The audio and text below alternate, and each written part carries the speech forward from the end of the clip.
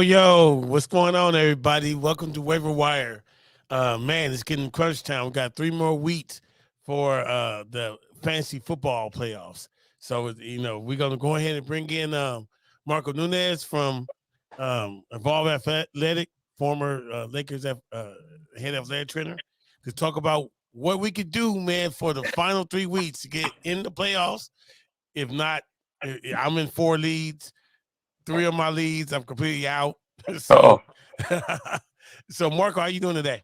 I'm doing well. Like I said, it's week 11. So at this point in your fantasy football season, you're either pretty much out of it, you're sitting pretty for the playoffs with, you just maybe need one more win, or you're kind of battling right now. You're like 5-6 or 6-5, trying to battle for the last 6th or 5th final spot of your playoffs, depending on what your league does. Yeah, it looks like I have one more player to go. I'm playing you, Marco, in our fantasy football league. Yeah, it's not looking good though. I have a 1% chance of winning. So unless Uke, is the quarterback and the receiver and the running back, looks like I'm gonna say you early congratulations, man. Appreciate it. But you know what?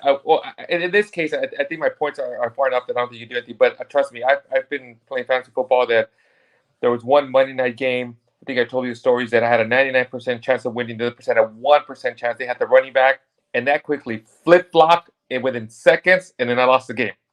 So go figure. Yeah, so it's I'm possible. Down. Ooh, I'm down. Well, Kareem Hunt did score 55 points a couple of weeks ago, didn't he?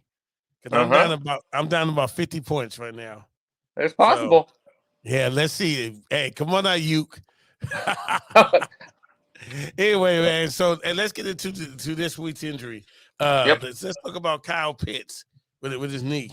Yeah, so we'll start with Kyle Pitts, tight end for the Atlanta Falcons. He injured his knee. It doesn't look good, but they're hoping that there's no ACL or anything of that sort. He wasn't seen leaving with crutch, something like that. They're being a little optimistic, but they expect him to be out for at least a couple of weeks or so. So Kyle Pitts actually just started being Kyle Pitts, like the 2021 season. I think this weekend and the last weekend he actually started scoring a little touchdown, had some receptions. Prior to this, he wasn't doing much, but right when he started to become Kyle Pitts, everybody drafted him to be their tight end. He ends up with the knee injury, so it's just a matter of waiting and see what the MRI shows, and then kind of going based on that. Yeah, well, that's good. At least he was able to walk out of his own power, right? We hear from my understanding, everything that I read, yes. Good. Well, that's a good thing. So maybe he'll be back. Joe Nixon, we've been talking about concussions all year round, so all year. So same protocol. We gotta wait and see how long he may be able to play next week, depending on how he does throughout the week. Correct. So yeah, Joe Mixon, and the funny part about this, I was listening to the game, and actually I was thinking about you because a conversation we had way back with Tua. Apparently, they had an independent neurologist on the field that he was examined by. Again, wasn't part of the team, so it'll be interesting if it's the same neurologist that did everybody else. So we'll see what happens. But bottom line, Joe Mixon was diagnosed with a concussion, so he's going to go into the NFL concussion protocol. Like I mentioned before, usually these concussion protocols are a minimum of 5 to 7 days. So depending on how his symptoms kind of pan out and he feels better, there's a very good chance that he can play for week 8. But there are some contingencies you can do if you do owe Joe Mixon. And we're going to talk about this as far as the waiver wire pickups later in the show. All right, great. Let's go into Chase Edmonds. What do we think? Yeah, so Chase Edmonds left the game with an ankle injury. Now, granted, Chase Edmonds isn't a workhorse running back. He's not one of their key components. He's kind of like a three-headed monster, like we mentioned before. But what's kind of weird, what happened this week as far as some of the injuries, is that some of the injuries happened to some of the players that were like a part of a committee or a three-headed monster type of thing. So that kind of and I feel bad saying that. That's kind of excludes that player. Now it opened up the window for if you had a player or you want to go get a player. So now I went from like a three-headed monster to a two-headed monster, or all of a sudden went from a committee to like you now you have a workhorse running back type of thing. Right. That's kind of what happened. We're going to talk about this. I think Khalil Herbert happened to last weekend. If you had Montgomery on your roster, Montgomery hasn't been doing well all year, but now that Khalil Herbert's out, Montgomery becomes your workhorse, and now he's shining. He had a great game this weekend in Week 11. So that's what happened to Chase Edmonds. We're going to talk about this also in the part of the pickups later down the show. Yeah, like everything is so strategic nowadays, right? So Yep. you like you said, you have people going in and out, and then we have to rely on that one person, and they do great for you, and then they have breakout seasons. Like I think Pollard, for example, for the Cowboys, he's just breaking out. He killed in Mother Fantasy League. I think he got like 35 points, 36 Yeah, points, and he had two. He had 2 touchdowns. I think had over 102 receiving yards. Plus, he had rushing yards. Right now, he's looking. I mean, if you drafted Tony Pollard, I mean, you're looking like a genius right now, type of thing. Or if you even picked him off on the waiver wire. Now Zeke's still going to get some touches. I think Zeke still got 2 touchdowns, stuff like that. He's going to take away, but you can tell Pollard is clear cut the number 1 running back there, or number 1B if you want to call it, because I think Jerry Jones refuses to admit that Zeke is pretty much on the way out, and totally Pollard's going to be their new running back for the future type of thing. So we'll see. Yeah, I think that definitely is going to happen. But he likes to never be the bad guy. Correct. Anyway, let's go back into the Clyde Edwards-Helaire with his ankle. Right. Same thing. So he was part of a three-headed monster with Isaiah Pacheco and Jerick McKinnon. Now with Clyde Edwards-Helaire having ankle sprain and also being out, he had it early in the game. He left the game, never returned. There hasn't been an indication what type of ankle sprain it is, whether it's a high ankle sprain, just a mild or second-degree ankle sprain. So they're going to probably do an MRI and try to determine that. But again, being a three-headed monster, if he is out for a couple of weeks, now that opens up the window for 2 other running backs that you can go ahead and pick up at the waiver wire that are available in over 50% of most leagues. Okay, let's go to Kadarius Toney. His hamstring. Yeah, Kadarius Toney, wide receiver with the New York Giants, same thing. Again, he's not a key component player that a lot of people probably have on their roster. But again, he's one of the receivers I was taking. I'm sorry, I apologize. Kadarius Toney is now with the New York Giants. He got traded with the Kansas City Chiefs, so he's a receiver in there. But again, same thing. He has a hamstring injury, so he's going to be out for some period of time. But that opens up the window for other receivers, especially when Juju Smith comes back next weekend. Hopefully, comes back next weekend from his concussion. That's going to open up a window for him. Or if you have Travis Kelce, that's why Travis Kelce ended up with 3 touchdowns this Sunday night during Sunday Night Football, because they were missing some of the receivers. Actually, missing 3 of the key receivers: Kadarius, Herdman, and Juju. Yeah, and that's Juju hurt me because I really needed him to play, for some leads for me. But he just went out there, man. Mike Williams, man, is he ever coming back? Well, this is the interesting part about it. So Mike Williams tried playing in Week 11. He and I think Keenan Allen came back. Keenan Allen had a great game during Sunday Night Football. But Mike Williams had a high ankle sprain that I think he did about 2 weeks ago, and they had reported that he started practicing with the team.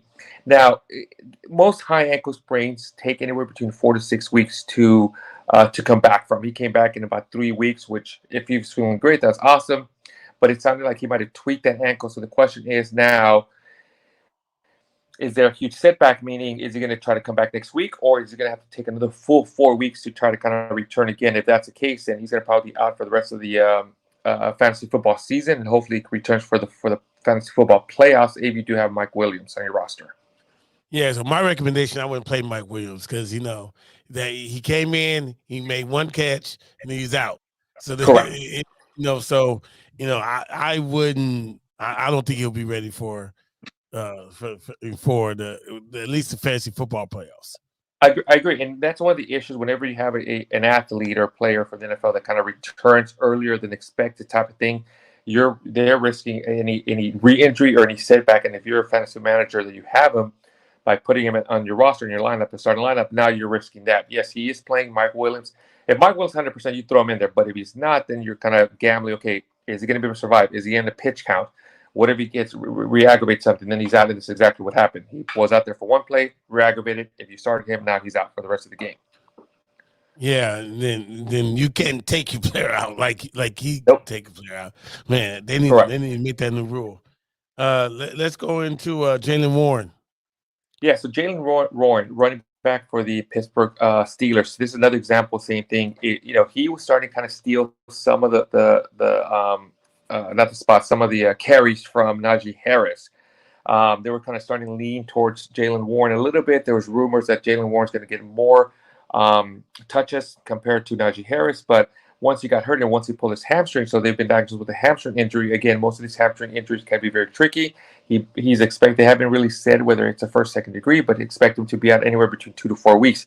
Now that Jaylen Warren's kind of out of the picture, so to speak, Najee Harris went off on this weekend. He had huge numbers. So if you're a Najee Harris manager, if you have him on your roster, he should probably kind of pretty much become an official workhorse like he should have been at the beginning and get you all the carries. Yeah, Najee Harris was somebody I drafted in one of my other leagues, and yep, what I love about him, he's consistent. He's going to give you. He may not give you that blow up game, 25 points, but he's definitely going to give you 10 to 15 every week consistently. And sometimes you need to have players like that on your roster.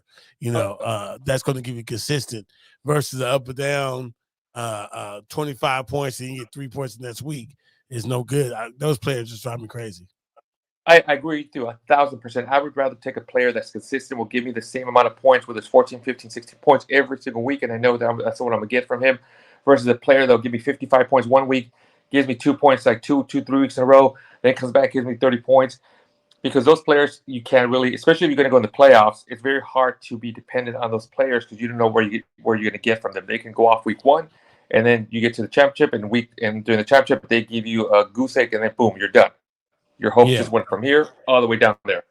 Yeah, because it's crunch time now. We got to win these games to get into the playoffs because I'm in like 3 leagues have money involved. So man, I gotta you have to make that right decision. Like today, I didn't make a good decision. I decided not to play Olave, and he went off, and who I put in for was it. So like those kill me, man. Oh, it kills me. And anyway, Wan'Dale Robinson. So Wan'Dale Robinson, this is the receiver for the New York Giants. Again, he's not a popular receiver. Most people don't have him on his roster, but the reason why I put him on here, he did have a knee injury. Now, the downside to this is he left the game in crutches, so that's not a good sign. So he's probably expected to be out a longer period than normal. They're going to do an MRI to kind of go see what's going on.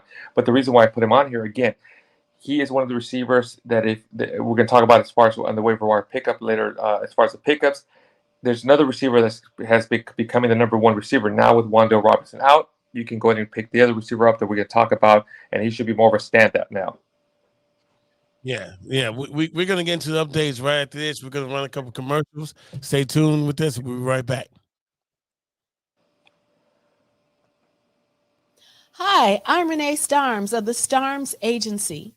Do you know why 97% of startups fail? It's because they don't have the proper exposure.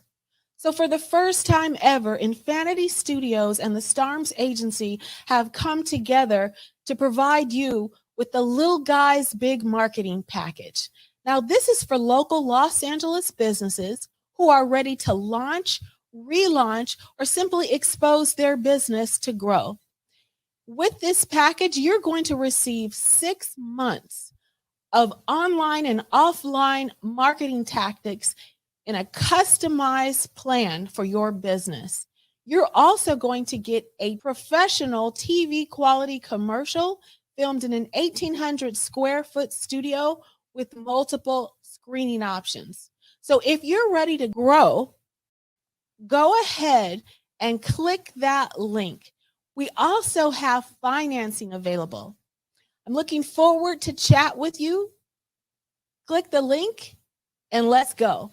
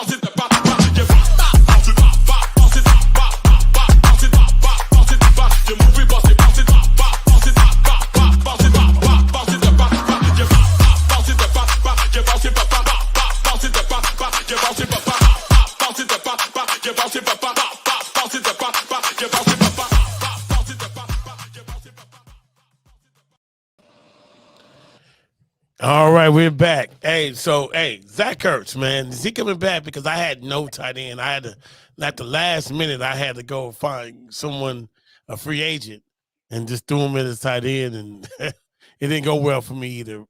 So, what's up, man? Is Zach gonna be back next week?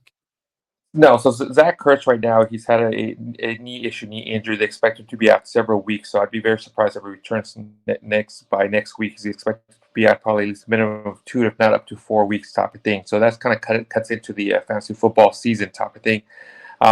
You still don't want to drop him. You want to keep him. Hopefully he'll be able to be back for you or help you during the playoffs if you're into the playoffs. Otherwise, there's no need for him. Go ahead and drop him and try to pick up another tight end.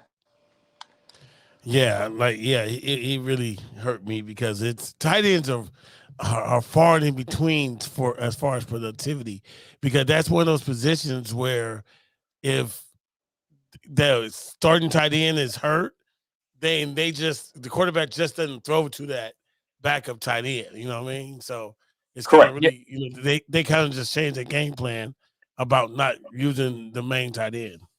Correct, and there's only like maybe 1 or 2 teams that might use their backup tight end type of thing, like you're talking about. But you can't replace a Zach Ertz, you can't replace a Mark Andrews, you can't replace a Travis Kelce type of thing. When those guys get hurt, well, I don't even want to say Mark Andrews might be the exception, because with the Baltimore Ravens, Isaiah Likely, they used him a lot, and they actually got a touchdown when he was out. But other than that, it's rare that you can replace the tight end unless you have like a 2 tight end, like Bill Belichick tends to have type of thing. But yeah, it's tough. Yeah. All right. Well, let's talk about Jerry Jeudy and with those Broncos, man. Last week we talked a lot about not picking any Broncos, and there was a certain Bronco where I may have them in my pickup list because I never heard of them that went off this week. But anyway, Jerry Jeudy. Yeah, so Jerry Jeudy, wide receiver for the Denver Broncos, he sustained an ankle injury, but they kind of categorized not necessarily ankle injury. What they reported is that he was having discomfort on the back of his ankle, kind of more like an Achilles tendonitis type of issue type of thing. He's expected to return to practice this upcoming week, and hopes if everything goes according to plan, he's expected to return to the lineup in week 12. All right, that's good, man, for the people that still have him. I think I still have him on my bench, man. Khalil Herbert for the Chicago Bears. Yeah, so Khalil Herbert, running back for the Chicago Bears, sustained a hip injury. They haven't really disclosed exactly what it is. It may be like hip impingement or something of that sort. But bottom line, it was a significant injury that they placed him on IR. And if the athlete's on IR, that means that he's out for a minimum of 4 weeks. So you're talking about him being out for week 11, 12, 13, 14. That's pretty much the rest of the fantasy football season. If you have Khalil Herbert and you're pretty much battling for the playoff spot, he's not going to help you try to get in there, but you can either try to hold on to him to try to save him for the playoff type of thing. But even then, that doesn't guarantee that he will be back for sure in 4 weeks. On the other hand, if you have David Montgomery, right now you are sitting pretty because David Montgomery went off. Now that Khalil Herbert's out, he took all the carries. He was definitely the workhorse for the Chicago Bears.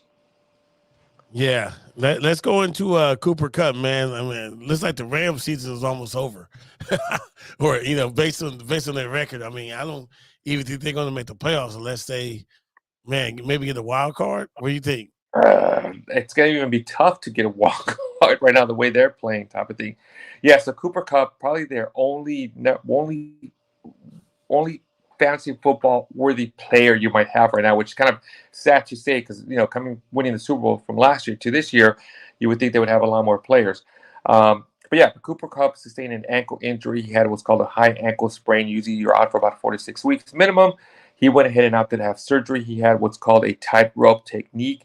A high ankle sprain is when you have the two bones on the side of the ankle kind of separate. So what they did a tightrope technique where they kind of tighten it together and kind of hold it in place.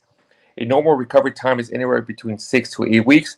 There have been some players that have been able to return in 4 weeks. I think Tua with the Miami Dolphins when he was down in when he was playing college football, he had the same injury. He came back in about 28 days. So it's possible to come back in 4 weeks if that's the case. Again, if you're sitting Purdy for the playoffs, definitely hold on to him. He may be able to return and help you like in the second round or if down in the championship game.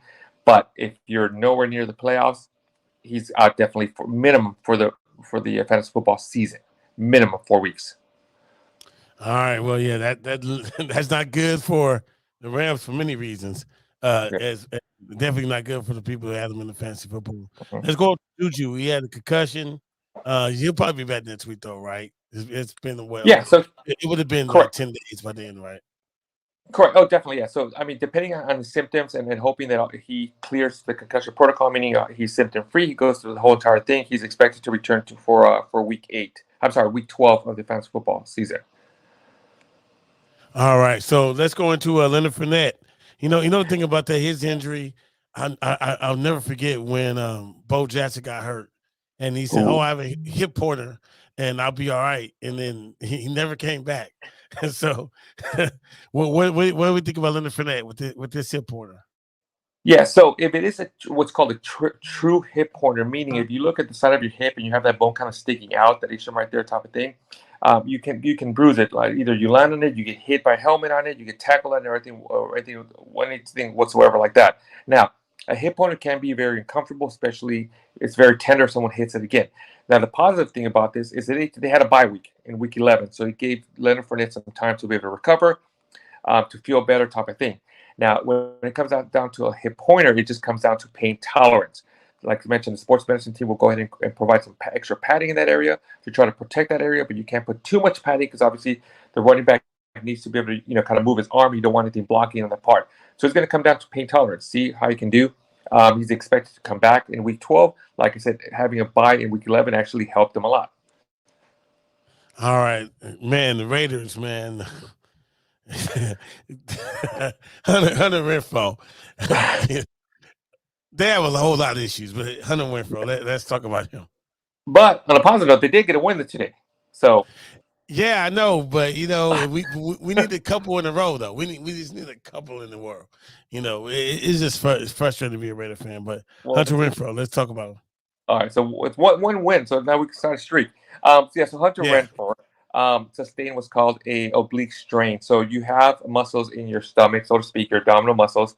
The one that you see kind of six pack, that's the abdominis rectus muscles. The one on the side, the ones kind of will do more rotation type of thing. He's strained with the oblique muscles. Now, coming back from any type of abdominal strain can be very tricky because you can utilize your muscles in that area just to support you type of thing.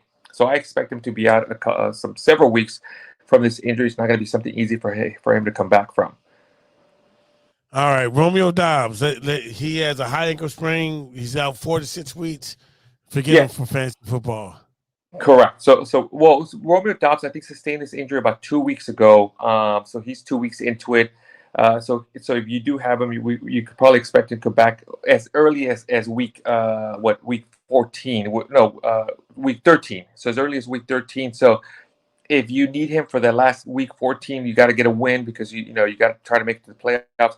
He can possibly help you. But on the other hand, Lazard's out there and Christian Watson is going off these past 2 weekends. So I don't know how much you're going to hurry Doubs back in there type of thing. Because like I said, right now, the Watson-Rodgers connection is like 3 games. He's had 5 touchdowns in 2 games. So we'll see what happens. Yeah, well, we definitely have to see. But fantasy football, I wouldn't recommend them at all. That's just me. Ja'Marr Chase with this hip injury.